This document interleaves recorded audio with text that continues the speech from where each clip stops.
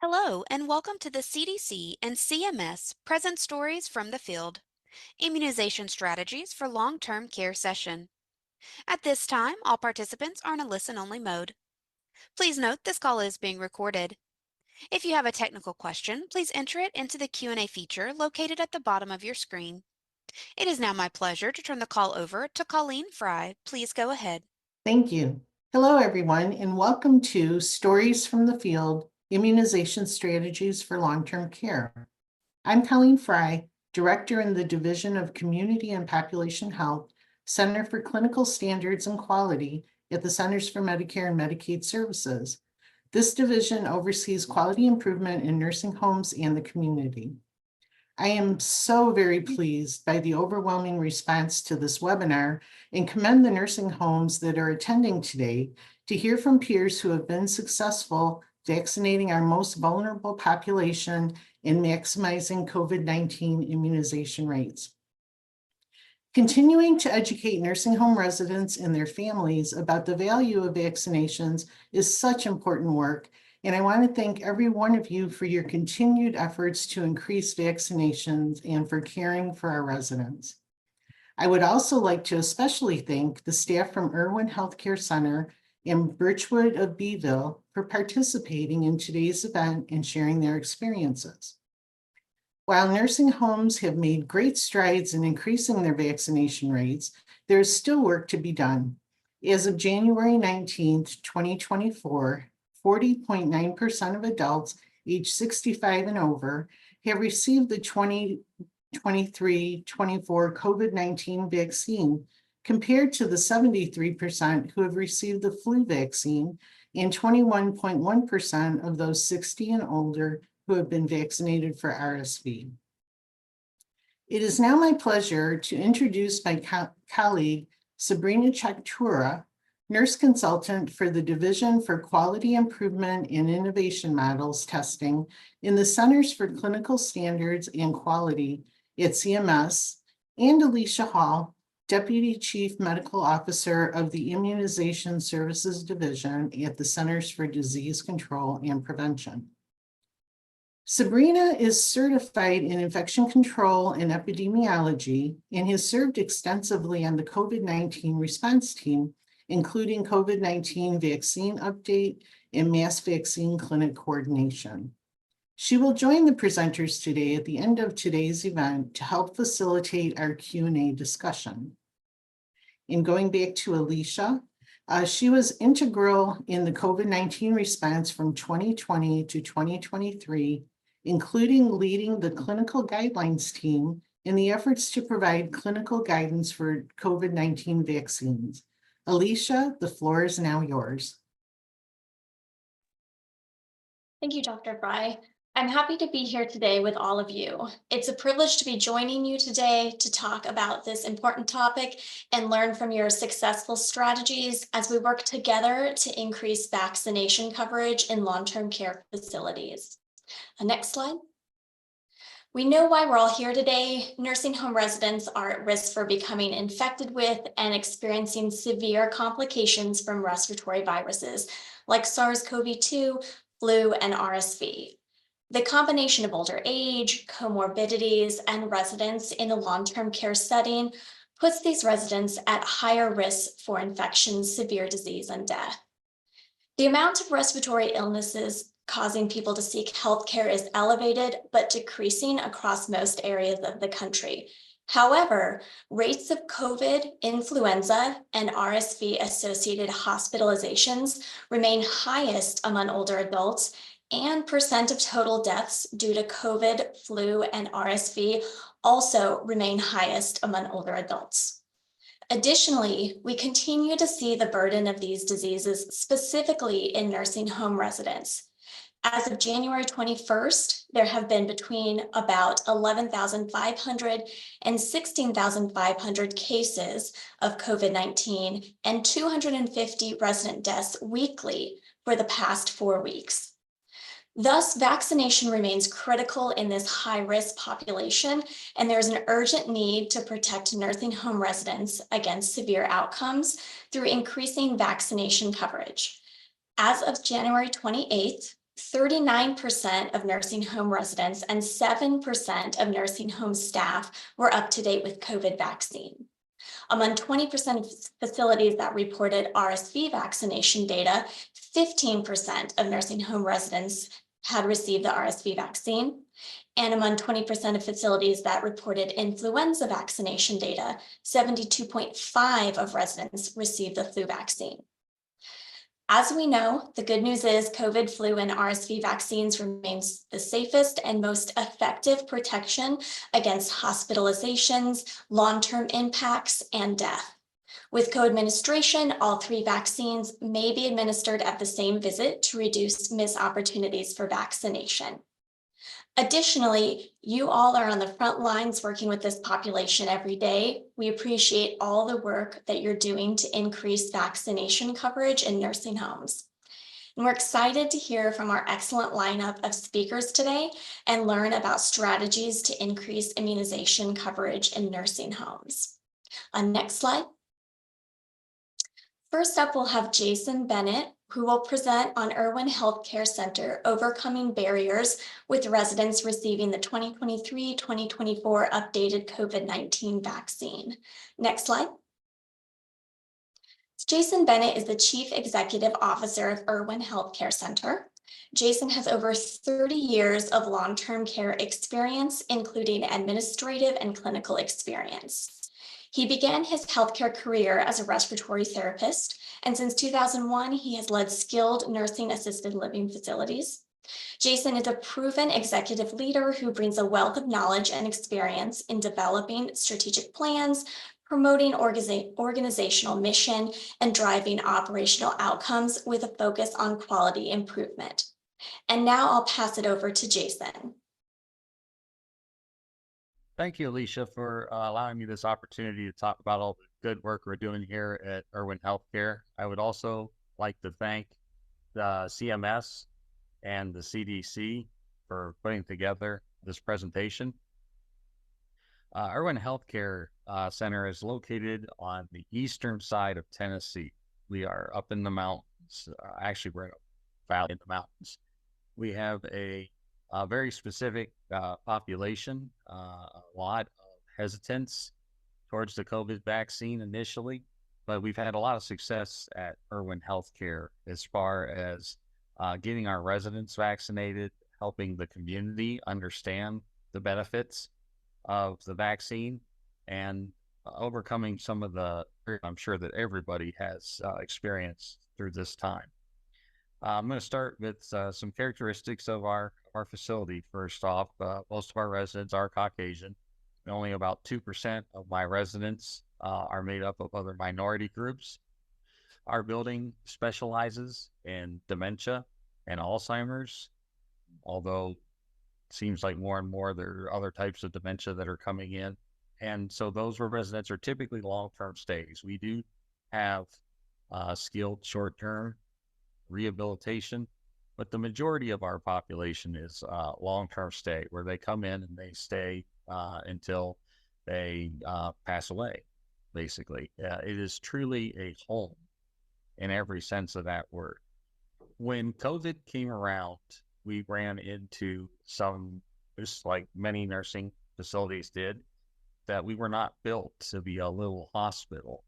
One of the changes that we made early on that impressed me personally, I began my career as a respiratory therapist, and this is the first nursing home that I have worked in where we have a negative pressure hallway, where a series of our rooms, we specifically designed a hallway of our building for residents with COVID. We created a negative pressure hallway, which basically means more air is sucked out of the hallway and projected into the outside atmosphere than can leave the hallway. So you can actually, if the fire doors are shut, or when the fire doors are shut, you can actually feel a little bit of a vacuum. Those doors shut pretty good because of that. And so that allowed us to kind of be viewed in some extent as an expert in the management of COVID. Some of our shorter term stays, obviously having the COVID unit, if you will, We got some short-term stays from those types of residents coming in. We specialize in Alzheimer's and dementias. We have a secured unit for residents with dementia, and we were one of the first, actually, I believe we were the first in Eastern Tennessee to have a dementia unit. Residents with dementia add a completely different addict to COVID because many of those individuals are unable to employ many of the preventative measures the rest of us can't. Washing hands regularly, wearing a mask, as suggested, is almost impossible for someone with dementia. They don't understand exactly what you're trying to put over their face or your desire for them to wash their hands. Like, I just washed my hands. So it takes a little bit more convincing. Our average daily census was 95 residents based on care compared for the last 12 months. And that is a good average for us. We run somewhere between 106 and 85, basically. So we got a pretty good population for the facility. It's 112 beds. We are a little older, so we do have some rooms, such as a 4-man ward, that is always difficult to fill. But otherwise, it's a good census for a building our size located where we are. Some of the challenges we ran into, and I'm sure many of you have run into this, a lack of trust from incoming residents. Going into a nursing facility is a scary situation, no matter how long you expect to be there, and no matter what your experience has been with nursing homes. Going into a nursing home is a frightening process. Now, on top of it, you run into a whole community of individuals that you have typically not met in the past, and you are asked to basically trust them every aspect of your life. And so to throw in a vaccination, a new vaccination, based on all the things that were out floating in the community and on social media that you heard, was really a difficult challenge, which kind of leads us into the next point on the slide, and that is misinformation provided by opinion-based news outlets. It seems like news is provided by, well, for lack of a better word, like National Enquirer, like gossip bags. We get a lot of our news. Social media, where you have a broad spectrum of individuals discussing the topic as if they are experts, from comedians to social media influencers to actual and actual scientists. But it seems like social media, like Facebook, Instagram, Twitter, I think it's called X now, those doctors and scientists with their years of experience and their empirical research are placed on an even keel with Joe and Frank, who don't participate in medicine, believe that there's a lot of unsavory items trying to be passed off. So they're skeptical. So it's hard to distinguish. It's almost like information overload. So it's hard to tell which is the qualified information, which isn't. Everybody likes to remember and likes to know about every person that they heard that had a negative outcome from the vaccine. I remember having a conversation with one individual who told me that they heard that the vaccine, the Johnson & Johnson, gave a teenager a heart arrhythmia or some type of heart trouble. And they said, that's the person. And I said, yeah, that's the one person that you heard about out of tens of millions that have received the vaccine. Whereas I've heard that there are millions of people who've died around the world from not having access to a vaccine. So that was one of the arguments that we tried to use. We did our absolute best to educate the community, to educate our residents, educate ourselves, first ourselves, and we had good participation with our internal staff, although we do believe that it is your own personal decision as to whether or not you choose to participate in any kind of health care, whether it be a vaccination or even a corrective procedure. that is your choice, your body. And so we promoted that. It took the pressure off and allowed people to make the decision on their own.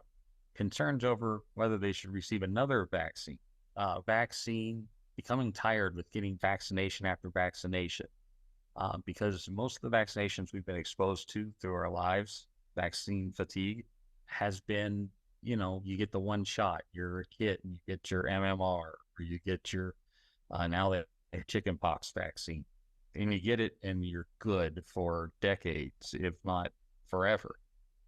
And then the COVID vaccine comes around, and it seems like every 6 months we're getting shot with something different. And so that's difficult. However, we used our platform to educate our residents and educate our community about the benefits and some of the changes that are being made. We actually expect the COVID vaccine to become kind of like the flu shot we get every year going forward. Building trust with the new residents and their families, we provided educational resources. We did not do a hard sell. As I identified previously, it's your body, it's your choice, allowing you to make the decision that's best for you based on what you know is probably the most beneficial aspect of overcoming all those barriers to getting the vaccination. Continuing to provide reliable resources from reputable sources, even allowing individuals, I've referred some people to websites, CDC website, for example, as a good source, a trustworthy source. Flexibility to when the individual got the vaccination. That's something else too. There's a lot of stuff we do because it's convenient, not because it's necessarily the best for us. Otherwise, fast food probably wouldn't exist as an industry. So we made sure that we had vaccinations available so that when someone did make that decision that they wanted to get the vaccine, we had it right then. Okay, let's do it. Let's get it done. It wasn't, okay, wait till next week and we can order it. Maybe it'll show up, maybe it won't. That was extremely important as well, to make sure that the window of when the person was willing to accept the vaccine and our ability to provide it matched up. iStaff has a positive attitude regarding the COVID vaccinations, having the COVID in the building and having the unit. We've seen people die. COVID-19 kills people, especially the older population, compromised with some comorbidities, that chronic issues they've had all their life. COVID really ramped that up. Consistent re-education. We constantly update our staff as well as our residents on the latest information that has come out. Again, as the slide says, it is very important not to be pushy. As Americans, I think we've always been relatively obstinate. Thus, the reason for the Revolutionary War is we wanted to control ourselves. And one of the fastest way of getting someone to not do something is to tell them they have to do it because you said so or because the government said so. Especially here in Tennessee, we are independent thinkers. We do not like to be told what to do, but let us come to our own conclusions. So don't be pushy. And again, educational material, always readily available for residents and their families. I've covered a lot of this already. Education on a regular basis from the staff members, providing a interesting environment that encourages residents to participate. Something I'm not sure if it's on the slides or not that I thought was also very important was almost like a domino effect. You'd see one family member get the vaccine, and everyone else would kind of stand back and look at it. And after 2 weeks, they saw that person didn't have any negative effects. So then 2 more family members, and then 4, and 8, yeah, on and so on. That domino effect is very important. The updated COVID vaccine is provided in locations for our residents who have an opportunity to ask questions and to get answers from our knowledgeable staff. As again, I think education is the largest component of getting someone to accept vaccination. We've been very successful. Our percentage is up in the mid 80s. I believe our most recent was either 86 or 88% residents vaccinated. Of course, we have transitions that occur as some people pass or leave the building and others come in.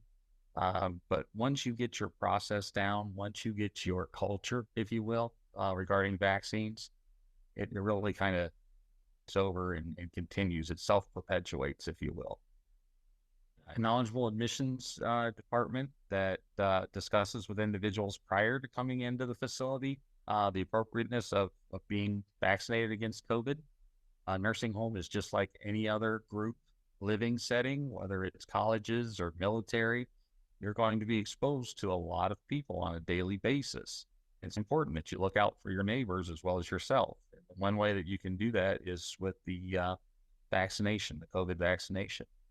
The admissions department, during their educating residents and families prior to coming into the building or shortly after coming into the building, is part of providing the educational material that we received from the CDC and CMS. One of the biggest components, I always tell my staff that nobody cares how much you know until they know how much you care. That's an old Dr. Seuss saying from my kids' books, but it's true. My staff are very compassionate. We build trust with our residents. We build a family and a community with our residents inside our walls. And it's that trust and that compassion that makes my residents comfortable to receive their vaccination. As I mentioned before, I said I wasn't sure if it was 86 or 88%, but we were at 88% of our residents getting the updated COVID vaccine. I'm relatively new to the organization, 3 months. I am CEO, and I began my career as a registered respiratory therapist back in 1994. And so I have a little better than average understanding of COVID and how it affects your lungs, how it affects your breathing. And another cliche is, nothing else matters if you can't breathe. We meet the residents, we meet their families, we spend time, we learn their personality, we account for their needs. The organization supports the commitment of our staff to educate our residents, to sit with them and discuss honestly and openly their concerns and the reasons why they are hesitant to get the vaccine. We provide them education, our personal experiences as well. And finally, we let them make their decision.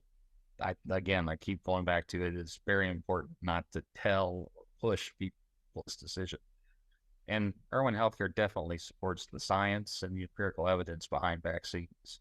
And so we do promote the COVID-19 vaccine. Once again, I would like to thank you, Alicia, and I'd like to thank the CDC and CMS for giving Irwin Healthcare Center an opportunity to help educate and promote the COVID-19 vaccine. This is something that we all have to work on because it will affect us all in some way. Thank you. Thank you, Jason. That was excellent information, and I applaud Irwin Healthcare Center for all the work that's been done. Next up, we have 2 speakers from Birchwood of Beeville, Texas. Next slide. So first, Rita Munguia is Director of Nursing at Birchwood of Beeville. She has been there for 4 years. She has 8 years of experience with a background in acute care and medical surgery. She started working in the food service and catering industry before becoming a nurse later in life. Next slide. So additionally, we also have Caitlin Ferguson, a quality improvement specialist at TMF Quinn QIO. Caitlin has a master's in healthcare administration from the University of Southern California and earned her nursing home administrator license. She started in long-term care as a certified nursing assistant and in social services, and has over a year of experience on TMF's nursing home quality improvement team, assisting facilities with COVID-19 challenges. And now I'll pass it over to Caitlin. Thank you for joining everyone today. For Birchwood of Beeville, this is a skilled nursing facility that is located in rural Texas and is licensed for 120 beds with an average census between 60 and 65. Many of the residents are at the facility for a long-term stay, but they do serve a small portion of residents who admit to the facility for a skilled stay and receive therapy to return to a lower level care. The facility houses 2 secured memory units, or what they call neighborhoods within their facility, with one specific one that is for female residents only. Rita, would you like to talk a little bit more about the facility? Yes, thank you, Caitlin. Our facility, Birchwood of Beeville, located, like Caitlin said, in rural South Texas. We recently joined the QUIP program, which is very new to our facility, with that Birchwood of Beeville brought to us.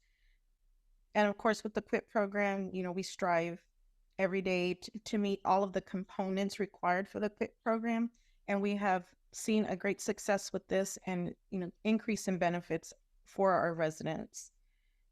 We have a very strong therapy department, very successful rates with our therapy department.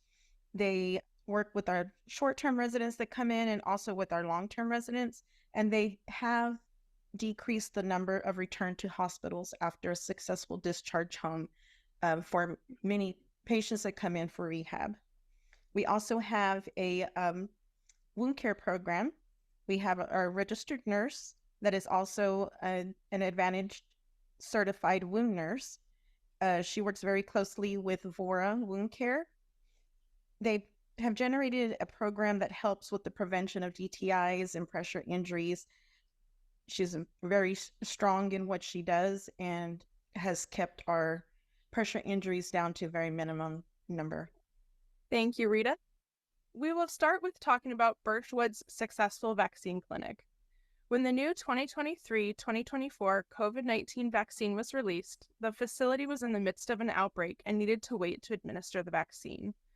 Once the outbreak had resolved, Rita began to move through the process of organizing and scheduling a vaccine clinic. Through this clinic, the facility was able to partner with a local Texas pharmacy, HEB, who would assist with providing the vaccine and administering the vaccination to the residents who had agreed to receive the vaccine. On October 19th, 2023, they were able to conduct this vaccine clinic and vaccinate 34 residents. On the graph to the right, you can see how much of an impact this had made to the facility's up-to-date rate and the facility's ability to maintain the rate through the remainder of the year. Birchwood will continue to partner with HEB Pharmacy as additional residents request an updated vaccine.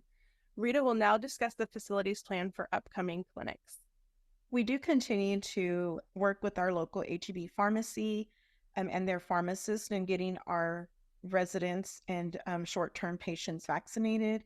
We continue with education to the families and also to the residents and patients.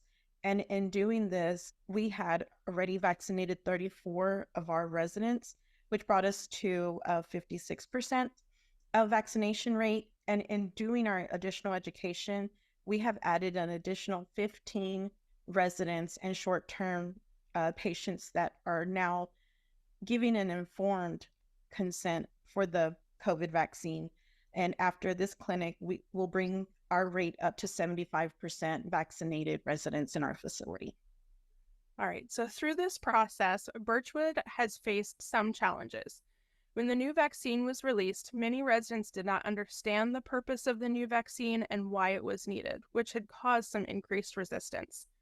This created a moment where Rita and her staff needed to provide additional education and have additional conversation with those residents and their loved ones. Another challenge that they faced were residents who had refused all previous vaccinations and continued to refuse any additional vaccines. With these group of residents, Rita and her team were able to have conversations with them about the risks versus the benefits and gave them an opportunity to ask additional questions they might have so that they could make an informed decision. A common theme among all the residents and family members was that they were concerned about the potential side effects from receiving the vaccine. Through continual educational efforts, Rita and her team were able to provide additional information about the vaccine process, potential side effects, and answered any other questions that they might have. Rita will provide further information on these challenges that they did face. Our biggest challenge was the education, the family members and residents understanding the need for the additional vaccinations.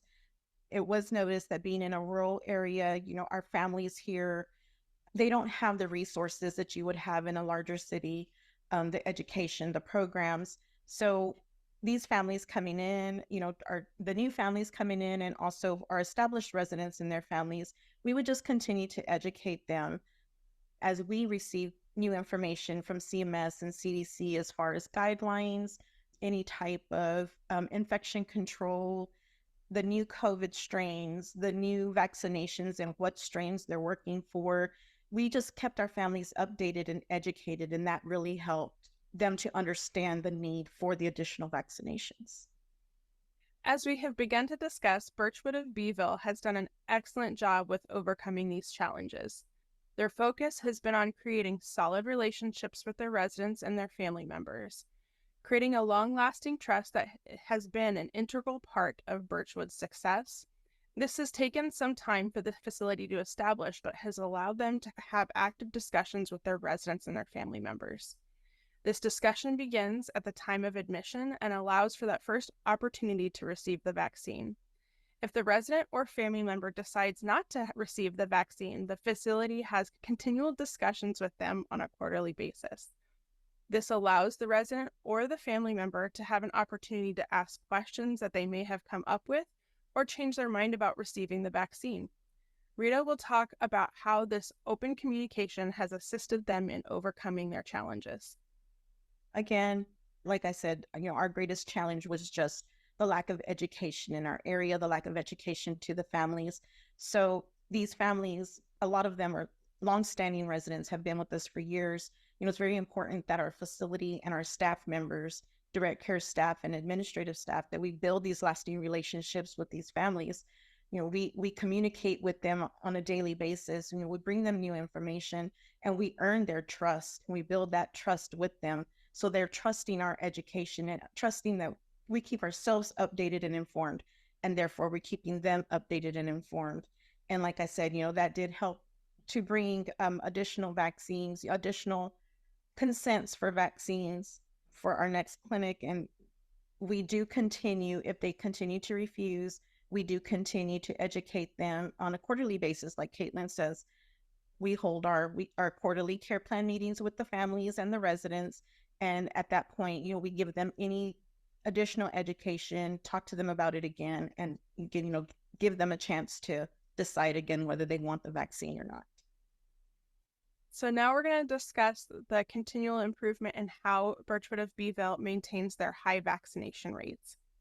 An area of focus for this facility has been working on staff retention and filling open positions. Rita is currently working on involving all staff members with different facility projects and identifying different ways to motivate the staff beyond just pay and compensation.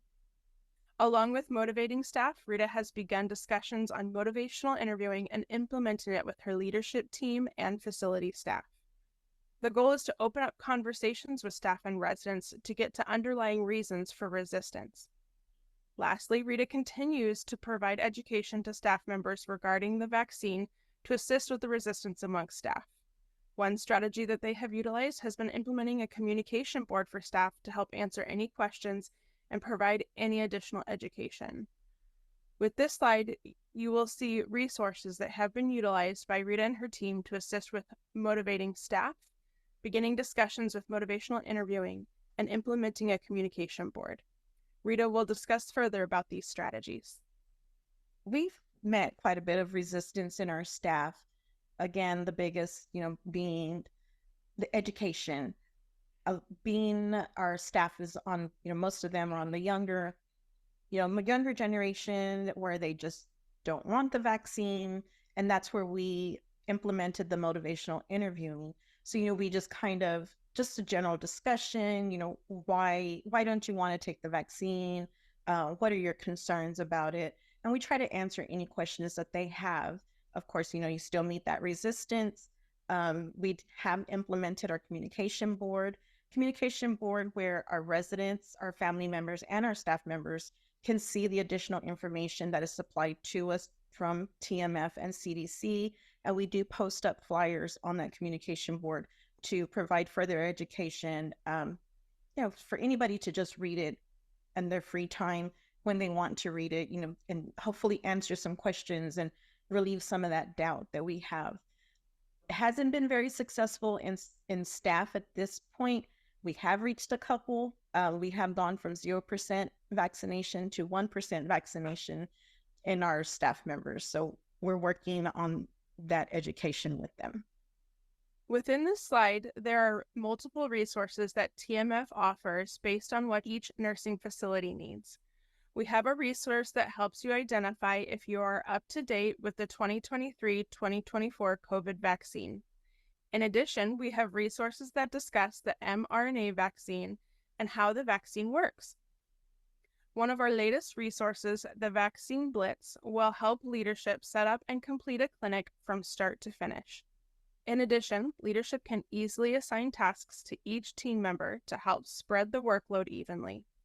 As discussed earlier, we have multiple resources for motivational interviewing and a tool that can assist with conversations of vaccination at the resident care plan meeting. I would like to take this opportunity to thank CMS and CDC for inviting Rita and I to discuss what we've worked on with the facility, and I would like to turn the call back over to Alicia. Thank you, Caitlin and Rita. You all have done fantastic work, and we really appreciate you sharing all of these successes with us. So now we'll transition into a discussion portion where we'll have some questions prepared for each of our speakers to dive into a bit deeper.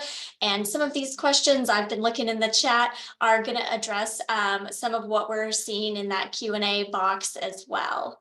Next slide. So I'd like to start by diving further into resources.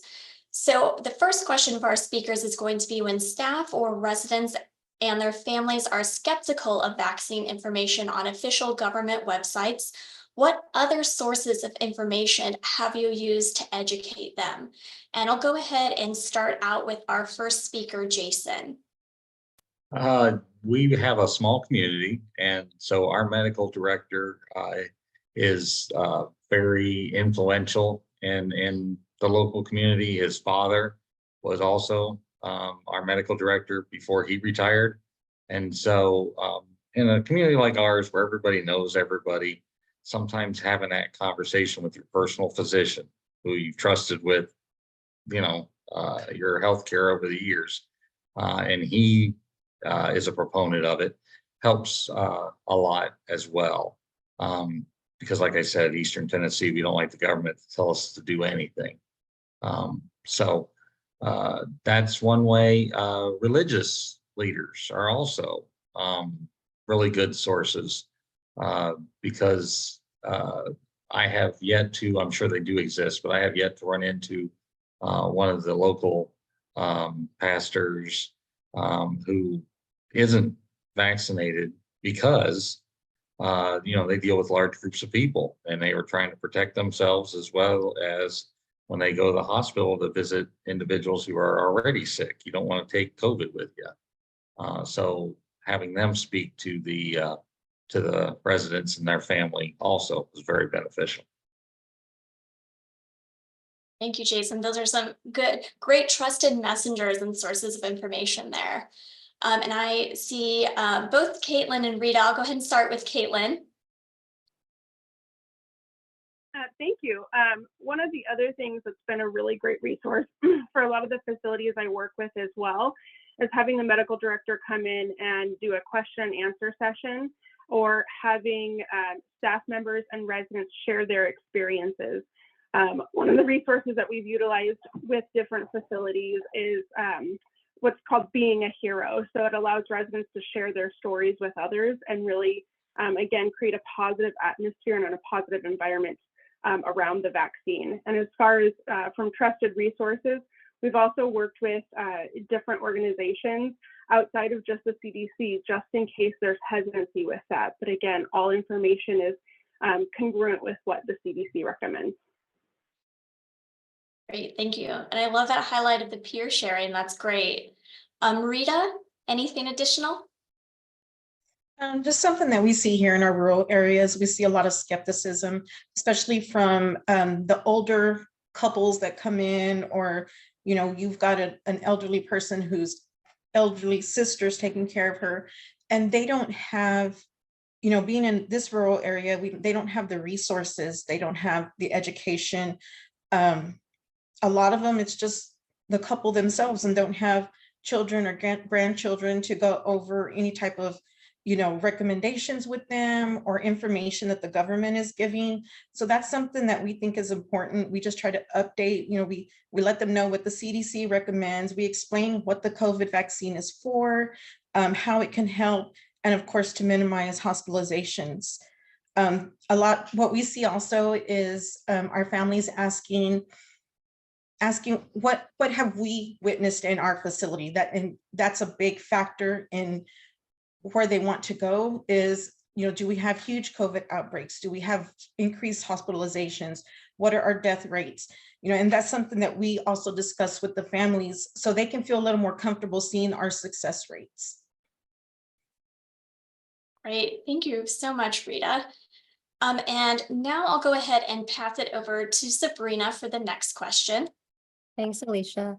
So our next question is, what strategies have been most effective in helping to build trust and compassion among families and gain their acceptance of the COVID-19 vaccine? And we'll just follow the same pattern here. Jason, if you don't mind, we'll start with you. I think you're on mute, Jason. Sorry about that. Years of caring for these residents, like I mentioned previously, majority of my residents, because we deal with dementia and Alzheimer's, they come in and they are long-term individuals.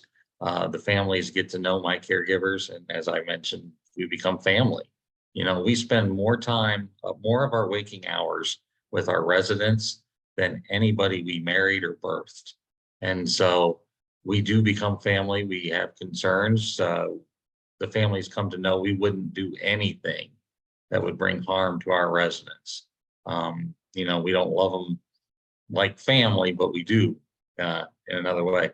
Something else too is we've been in the community for 40 years, serving the individuals and residents of Irwin.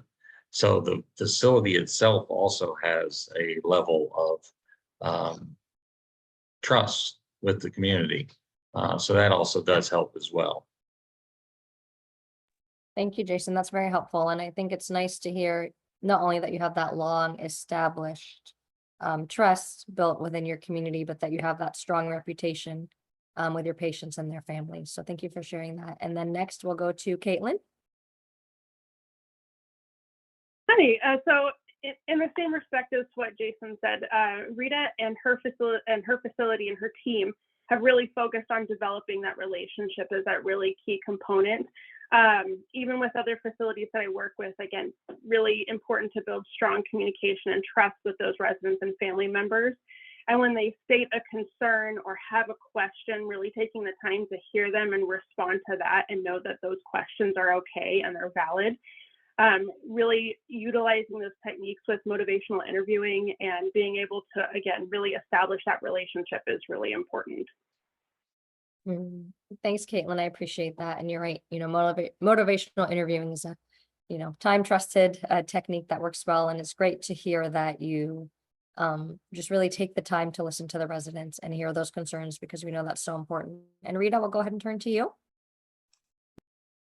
There's just so many developments in COVID. There's a new strain, there's a new medication, just so many things. And we try to keep our families updated on these new developments as we learn them.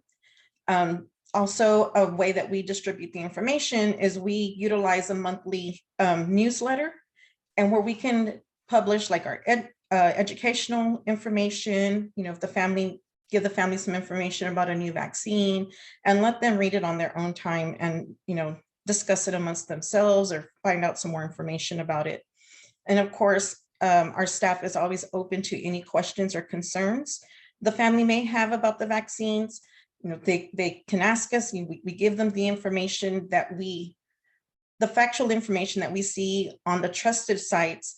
And we generally keep our personal opinions out, of any information that we give to our families, because we would like for them to make, an informed and unbiased decision. Also, another thing that helps is our community is so small. We have an established staff. We have very minimal turnover. So our families and our residents are seeing the same faces. The nurse is the same, the CNA is the same, your administrator is the same person that's been here. So that does help a lot. And, the longevity is a major factor in our building to build these trusting relationships. Our staff, they've built a bond with many of these families by simply listening to any concerns they have. They validate those concerns and discuss with them. Thank you, Rita. It's really great to hear about that monthly newsletter as a way to get, unbiased, informed information out to your residents and their families to make those really important decisions. And it sounds like a thread between all three of you is just that long established trust and communication and that open door policy for asking questions. So thanks. And I'm going to turn it back over to Alicia for the next question. Right. Thank you, Sabrina. And this information on trust leads so well into the next question about conversations, because trust is so important in those conversations. So this is a big two-parter question. What success have you had with changing residents' minds during conversations about the vaccine? And thinking about if there's any specific information or any talking points that have really helped residents be more accepting. And I'll go ahead in the same order here and start off with Jason. As I mentioned, sometimes just laying out the statistics for comparison, because everybody's heard a story about somebody in a far off land who had this horrific, they turned into a werewolf or whatever because of the vaccine. And it's like, yes, that's 1 out of tens of millions, but then on the other hand, look at the number of people who have suffered some serious outcomes, not just the ones who died. You have stories like my sister was a very health conscious individual and ran miles every day. She also teaches special ed. And when COVID came into her classroom, she caught COVID multiple times, and it's been over a year and she still isn't able to run anymore just because she has what they're calling long COVID. And she wasn't vaccinated because my sister's has some very strong political views and kind of politicized a health issue. And so, that's her choice. She made that choice. She's dealing with the outcomes from that choice. So that's it. Just set up the statistics next to each other. And then also, again, I go back to, and I know it sounds kind of juvenile, but nobody cares how much you know until they know how much you care. The only reason the residents accepted the information from us, or their families accepted the information from us, was because we've been there and we've cared for them for an extended period of time. They know that we have their loved one's best interest at heart. And so this isn't so that we can get numbers, and it's not because the government says we have to. It is, out of concern, caring and concern for the members of our community. Thank you. Yes, that trust and caring is so important, and I love what you've suggested with those talking points and really putting those anecdotes that folks have in perspective to the actual statistics in easy to understand plain language. All right, Caitlin. Yeah, Jason made some excellent points, and I know Rita has a couple of things to add as well, but I come from more of a supporting environment in the role that I'm currently in. And so one of the things that I really work with my facilities and with Rita is that there's specific questions that come up that say we don't have a resource for, or it's not quickly or readily available for the staff of the facility. I make sure that I can do that effort for them. So that way, when they come back to that resident, they have something to say, or say, hey, these are some things that you can just think about. Let me know what you think, and I'll come back and reapproach at a later time. Really giving them that time and space, not to have to make a decision on the spot, but really, absorb what they're learning, absorb what they're getting, and make an informed decision. Like Jason has said before, you don't want to make or force somebody to do something they don't want to do, but really providing them the tools that they need to make that decision. With a wide variety of resources out there, it's really helpful to have some of those on hand just to have talking points, but really having that discussion with the residents. Great. Thank you, Caitlin. That's so helpful. And I see Rita coming on. Rita, any thoughts from you? Just that within, discussions with these families, educating them, we've had a great success. Like Caitlin said, we had our first vaccination clinic back in October with the new updated vaccine. And we used our local HEB pharmacy, which, being in a small town, probably 75% of this town knows the pharmacist at the HEB, and he's, they trust him very well. So knowing that their pharmacist is involved with our clinic, that does ease their minds. So at that time, we did vaccinate 32 residents, and we did vaccinate 15 more, which got us up to 75% compliance. But the biggest factor is just the trust. That was a local pharmacy that everyone uses. Also, our medical director, everybody knows our medical director. He's probably one of the best doctors here in town. So just using that information, and then doing we have our quarterly care plan meetings, and it's not just nursing that puts in, their information, or, we push off the residents and their family until someone in nursing can talk to them. We approach it with, as a whole, with the interdisciplinary team. So, they can go to social services and talk to them if they want. They can go to our therapists, our therapy department, and ask them questions. And we just try to, we all communicate with the staff and residents, and not just one department communicating with them. Thank you so much. I think everybody highlighting here, there are great talking points and tools and resources, but a core element of that conversation is really the care and the trust holistically throughout the team. Sabrina, I'll round you off with the last question. Thanks, Alicia. So again, thanks everyone for kind of giving us your point of view and how you meet the patients where they're at and the residents to try to get them to be more accepting. The last question is actually looking at staff. So what is the biggest cause of staff resistance to the vaccine? And how are you encouraging your staff to be more accepting? I've definitely seen this as a common theme in the Q&A here, so I know that our audience will be excited to hear your answers. I was just assuming we're going to follow the same outline, so I was just going to talk.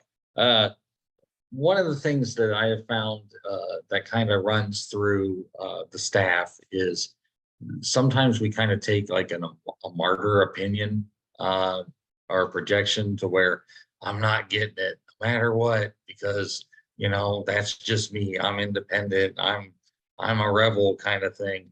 And I find that to some extent causes some of our vaccine hesitancy amongst our staff. Some of it is the social media that's going around. But both of those, I think, are overcome by, like I mentioned before about the dominoes. You get one or two, you go to some specific ones. Like, for example, I have always gotten the first vaccine every time a vaccine came out. I was, setting an example for my staff. If I would never ask them to do anything that I wouldn't do myself if I'm capable of doing it. Obviously, I'm not a nurse, so I can't pass a med, but what I mean by that. And then I found that when they try to be that rebel, or they try to hang their hat on some type of social media, once that domino has started falling and others are getting the vaccination, it's peer pressure basically, that they're not getting the attention or the positive feedback for not having the vaccine. Now their friends and their coworkers are much more, hey, do what you want, man, but we all here, we're protected, and I also found that the masks, my individuals who haven't been vaccinated wear masks for source control, and sometimes people hate the masks more than they dislike getting the poke. So it might not be necessarily the best reason to get a vaccination, but that was also something else that seemed to motivate individuals.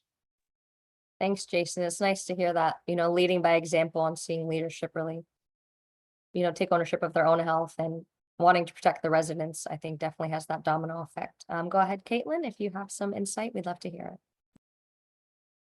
it. Yeah, so one of the things staff has, typically from what I've seen, staff have always been a little bit more resistant to receive the vaccine than residents typically are. But again, a lot of that comes with making sure that they have the knowledge that they need to make an informed choice, and making sure that they understand, what to expect, what not to expect, risks that they take in other areas. And while there are risks in other areas in life, that there's a huge benefit to doing those things. And that same concept then applies to receiving the COVID vaccine. While there are risks, the benefits far outweigh those risks. So, really having those one-on-one conversations with staff, and then helping them understand other consequences, like understanding long COVID. I have encouraged those facilities to really educate on long COVID and what that can entail, and those health risks that come along with getting long COVID, and how the vaccine can help prevent some of those things. So again, really just focusing on that education standpoint and really listening to what their concerns are and getting to that root cause and understanding where they find their information and helping them learn how to find reputable information. Thank you, Caitlin. That's great. We love hearing that you talk to staff about their individual concerns and needs. I think that's a really great, approach to doing it, that individualized counseling and education, even for our own staff. And then Rita, we're going to close it out with you. If you want to go ahead and share your thoughts on this one.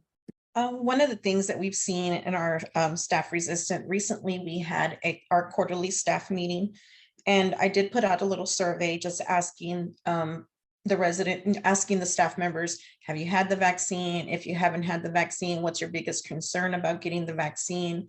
One of the biggest responses that I got was in our younger staff members, they say that they have no fears, no concerns, and to them, it's, COVID, it's fatigue. We've been through so many shots, they don't want to get any more. And the answer is simply, I just don't want it. And when we ask, what are you afraid of? It's nothing. I just don't want it. So that's what we get from our, our younger staff members. Some of our, middle-aged staff members, of course, they voice the concerns of health issues. What health issues and what side effects are associated with the vaccine. At this age, they're dealing with their own health issues. So their concern is, how is this COVID shot going to affect, my chronic disease? Is it going to make it worse? Is it going to help me? And then, of course, one of the questions that I asked was, since this vaccine is not government funded, if you don't have insurance, they really don't want to pay for it to get this vaccine. So I asked them if we were able to find them resources where they can receive the vaccine at no additional, no cost to them. I did get, a good response where I had probably about 10 staff members did agree that if we could find resources for them to have the vaccine at no charge, that they would be interested in taking the vaccine. So a lot of it is helping our staff, finding resources for them, giving them some education, and just listening to their concerns, try to answer their questions. And then, of course, their freedom of choice. If you don't want it, then, we're not going to push you to get it. Thank you, Rita. That's super helpful. Appreciate your insight as well. I'm back over to Alicia to close us out. All right, thank you. Next slide. All right, so we are at time. So I want to thank everyone for attending today. A huge thank you to our speakers, Jason, Caitlin, and Rita, for sharing their strategies for success with vaccination in this critical population. As a reminder, this webinar is being recorded. There's a link in the chat you can bookmark where that will be posted. Please feel free to share this with colleagues and others who may not have been able to make it. And a huge thank you to everyone on the line for your efforts with nursing home residents. We see you constantly working for this population and appreciate you so much. Thank you again for attending, and stay well, everyone.